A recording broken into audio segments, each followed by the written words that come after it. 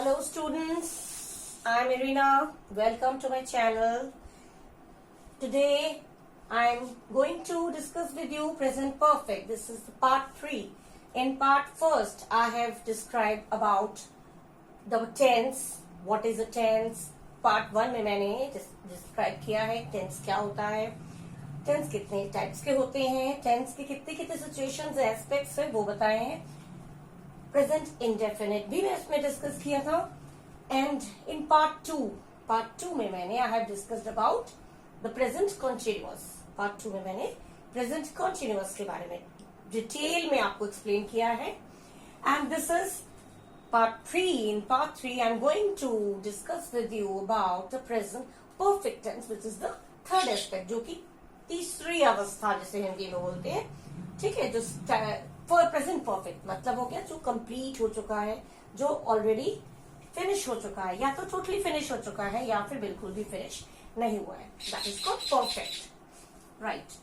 अब परफेक्ट जब हिंदी में जो लोग बात करते हैं उनको परफेक्ट पता कैसे चलेगा. इंग्लिश जो लोग बोलते हैं उनके लिए मैं तो कंस्ट्रक्शन दूंगी, जो स्ट्रक्चर दूंगी. बट हिंदी वाले जो भाषी हैं, जो हिंदी लैंग्वेज यूज करते हैं, वो लोग कहेंगे हमें कैसे पता चलेगा.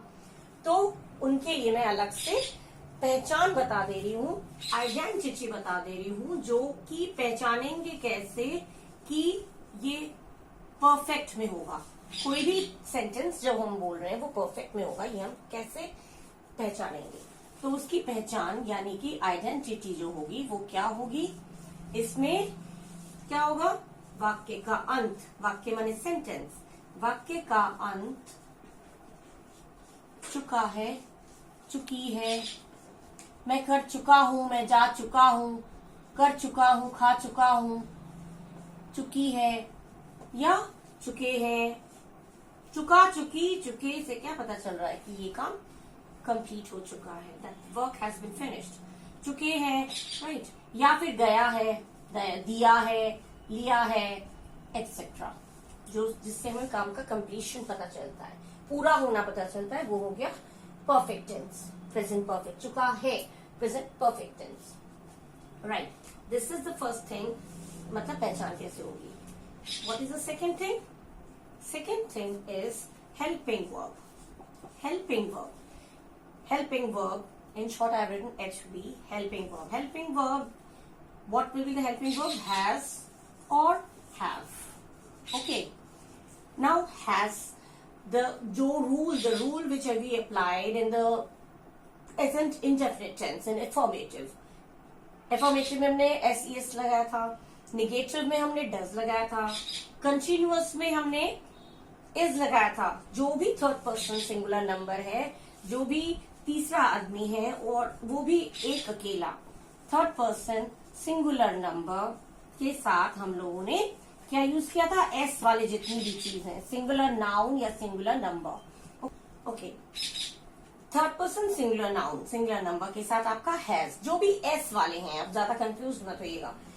एफर्मेटिव जब इंडेफिनिट का किया था तो एस लगा था, नेगेटिव इंट्रोगेटिव किया तो डज लगा था, कंटिन्यूअस में इज लगा था, जितने एस वाले हैं. और परफेक्ट में अब हैज. ये जितने भी एस वाले, ये केवल थर्ड पर्सन सिंगुलर नंबर के साथ अप्लाई होगा. ठीक है. जो भी तीसरे आदमी की बात करें वो भी अकेला होगा तो उसके साथ हम अप्लाई करेंगे हैज.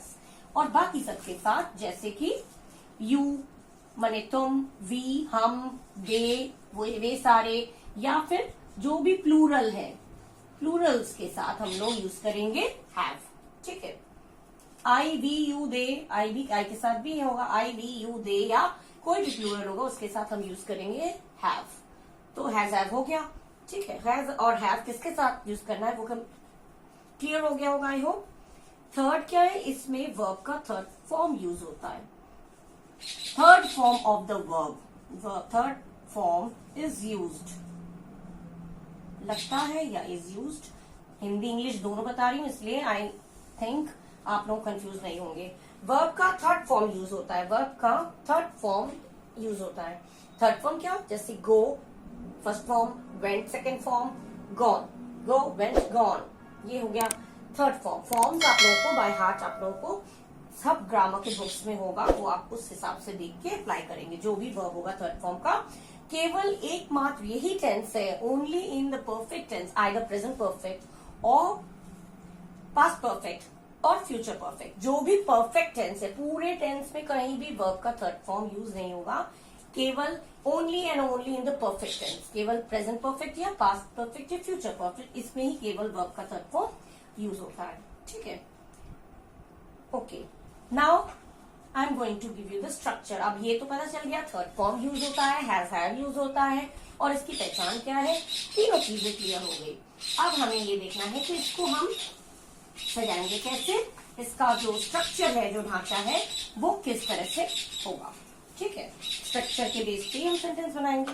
ओके, तो सबसे पहले एफर्मेटिव।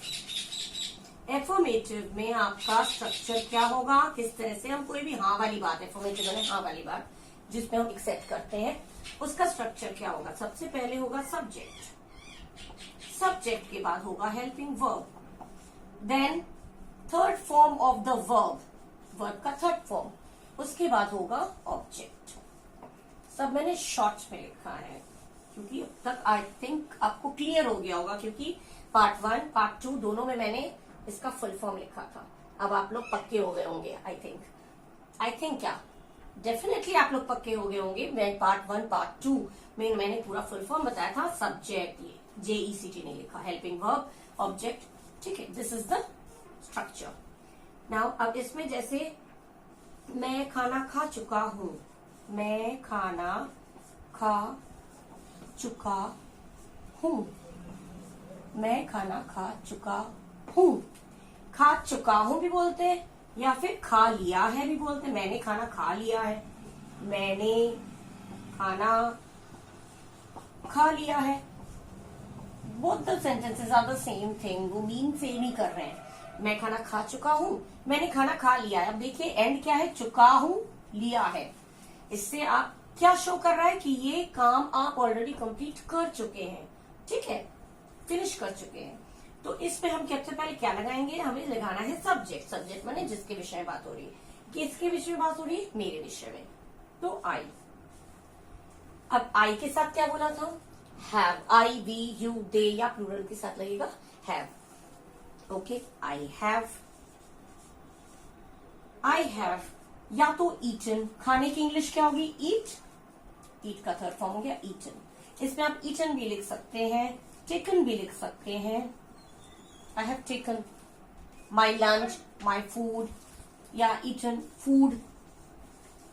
फूड बोल सकते हैं, लंच अगर दोपहर में बोल रहे हैं तो I have taken my lunch, dinner रात को है तो dinner।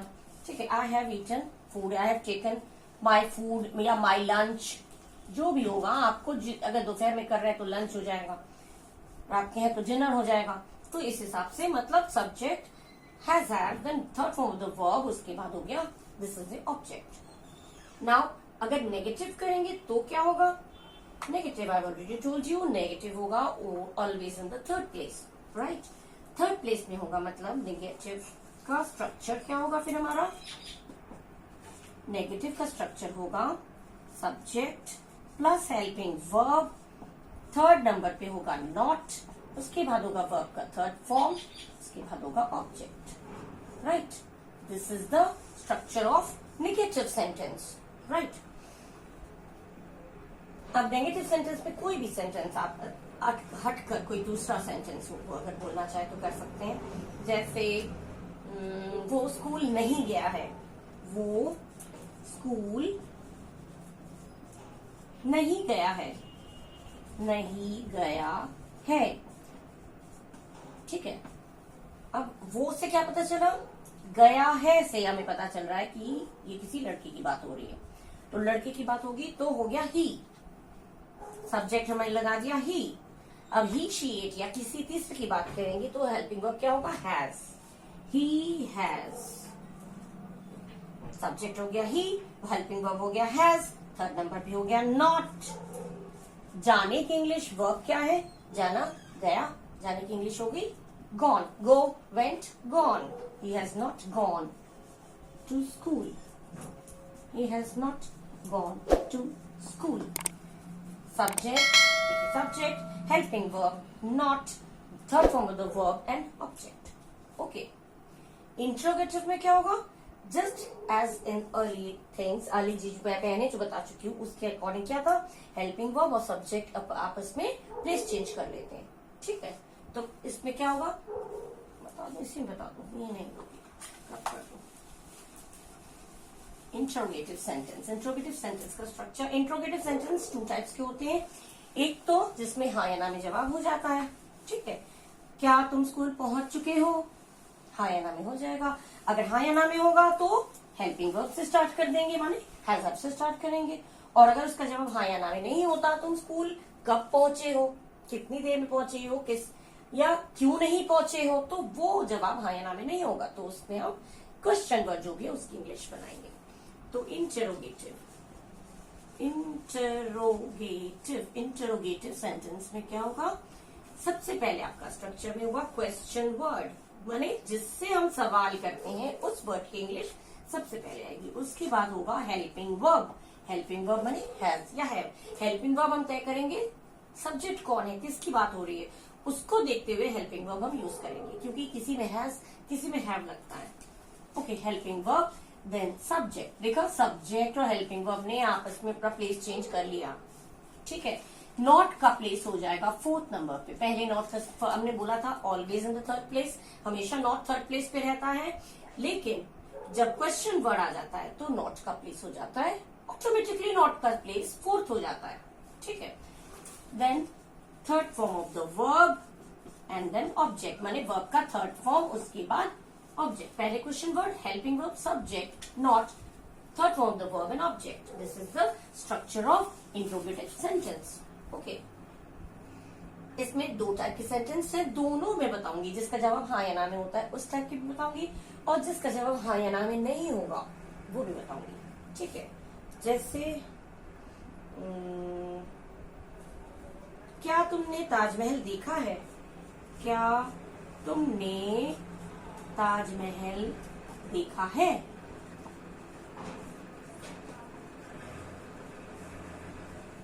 क्या तुमने ताजमहल देखा है। अब पहले मैंने बताया था, अभी फिर से रिपीट कर रही हूँ, क्या अगर सेंटेंस की शुरुआत में होता है तो वो जिस टेंस में बात हो रही उसी टेंस का हेल्पिंग वर्ब यहाँ पे आ जाएगा। और अगर क्या शब्द, जो क्या वर्ड है, वो अगर सेंटेंस के बीच में कहीं होगा तो उसका इंग्लिश हो जाएगा व्हाट। तो अब यहाँ पे क्या सेंटेंस की शुरू में है तो हम कर देंगे हेल्पिंग वर्ब, लेकिन हेल्पिंग वर्ब क्या लगाए, सब्जेक्ट क्या है पहले ये तय करेंगे। सब्जेक्ट क्या है, तुमने, तुमने मतलब यू, तो यू के हिसाब से हमारा होगा यू तो दूसरा आदमी है, 3rd पर्सन तो है नहीं, तो इसलिए हम कर देंगे हैव। हैव लगा, क्या से शुरू है इसलिए हमने हैव से शुरू किया, क्वेश्चन वर्ड इसमें है नहीं। हैव लगा, देन सब्जेक्ट, सब्जेक्ट क्या है तुम, हैव यू। नॉट की बात हो रही नहीं है, स्किप कर देंगे। वर्ब का 3rd फॉर्म, सी का 3rd फॉर्म, देखने की 3rd फॉर्म क्या होती है, see saw seen, see 1st form, saw 2nd form, seen 3rd form. Have you seen the Taj? The Taj. Have you seen the Taj Mahal? Yeah, have you seen the Taj? क्या तुमने ताजमहल देखा है। The क्यों use हुआ, कोई भी unique चीज होती है उसके आगे हम द लिखेंगे। मैं आर्टिकल पढ़ाऊंगी तब आपको क्लियर हो जाएगा। कोई भी यूनिक चीज है, the sun, the moon, the Himalaya, the Ganga, the Taj Mahal, कोई अनोखी चीज, एक यूनिक चीज है, उसके आगे द लगता है। तो हैव यू सीन द ताज, जब हमने हाँ या ना में बात हुई तो हमने हैव से शुरू कर दिया। और नेक्स्ट अगर इसी को हम क्वेश्चन वर्ड में कर दें, तुमने ताजमहल क्यों नहीं देखा, तुमने ताजमहल क्यों नहीं देखा, क्यों नहीं देखा, तुमने ताजमहल क्यों नहीं देखा। अब इसका जवाब हाँ या ना में पॉसिबल नहीं है, संभव नहीं है। क्वेश्चन किससे कर रहे हैं, सवाल किससे कर रहे हैं, दिस वन, क्यों। क्यों, तो क्यों की इंग्लिश आ जाएगी सबसे पहले, क्या होगा, वाई। वाई, तुम्हारी बात हो रही है तो तुम्हारे, तुम के हिसाब से हैव। वाई, देखिए क्वेश्चन वर्ड हो गया, helping verb have, why have, subject you, not, 4th number पे नॉट, 1 2 3 4th नंबर पे not. Why have you not, verb का 3rd form, seen the Taj Mahal, why have you not seen the Taj Mahal.